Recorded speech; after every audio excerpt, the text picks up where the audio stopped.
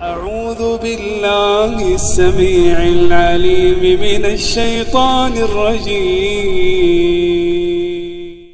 بسم الله الرحمن الرحيم.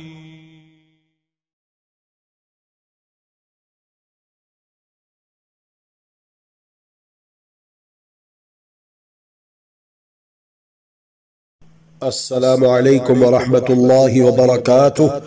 احباب گرامی قدر، جیسے جیسے عید الاضحیٰ کے ایام قریب آتے جاتے ہیں، ویسے ویسے قربانی سے متعلقہ استفسارات اور سوالات میں اضافہ ہوتا چلا جاتا ہے۔ قربانی کے احکام و مسائل میں اور قربانی سے متعلقہ پوچھے جانے والے سوالات میں اور دریافت کیے جانے والے مسائل میں ایک اہم مسئلہ یہ ہے کہ کیا بھینس اور بھینسے کی قربانی ہو جاتی ہے؟ تو لیجئے جواب سماعت فرمائیے۔ بارک اللہ فیکم۔ تو رسول کریم صلی اللہ علیہ وسلم نے اس کے لیے جن جانوروں کا ذکر کیا وہ جو آپ کے زمانے میں موجود تھے وہ تھے یہ بکرا بکری اور چھترا چھتری اور گائے اور بیل اور اونٹ اور اونٹنی۔ بھینس اس زمانے میں نہیں تھی، اس ملک میں نہیں، زمانے میں تو خیر تھی نا، اس ملک میں نہیں تھی۔ تو اللہ نے فرمایا ہے کہ ہر امت کے لیے ہم نے قربانی رکھی ان پالتو جانوروں کو ذبح کرنے کے لیے۔ پالتو جانور تو یہ پالتو چوپایا ہے، بھینس بھی پالتو چوپایا ہے، اور عربی زبان کی جتنی ڈکشنریاں ہیں، جتنی لغت کی کتابیں ہیں، سب میں لکھا ہے کہ جاموس، اس کو عربی میں کہتے ہیں بھینس کو، نوع من البقر، یہ گائے ہی کی ایک قسم ہے۔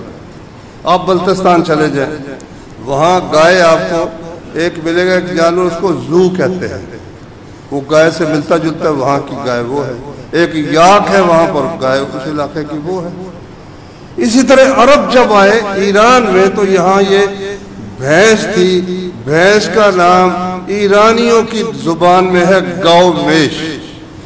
گاؤ میش مطلب یہ گائے ہے، میش کہتے ہیں بھیڑ کو، یعنی دوسری گائے ذرا تیز ہوتی ہے، یہ گاؤ میش ہے، بھیڑ سے ملتی جلتی گائے ہے، یعنی وہ بھی اس کو گائے کی ہے ایک قسم، اس کا نام ہی انہوں نے گاؤ میش رکھا ہوا تھا کہ یہ وہ گائے ہے جو میش کی طرح اتنی تیز نہیں ہے جتنی تیز دوسری گائے ہوتی ہے۔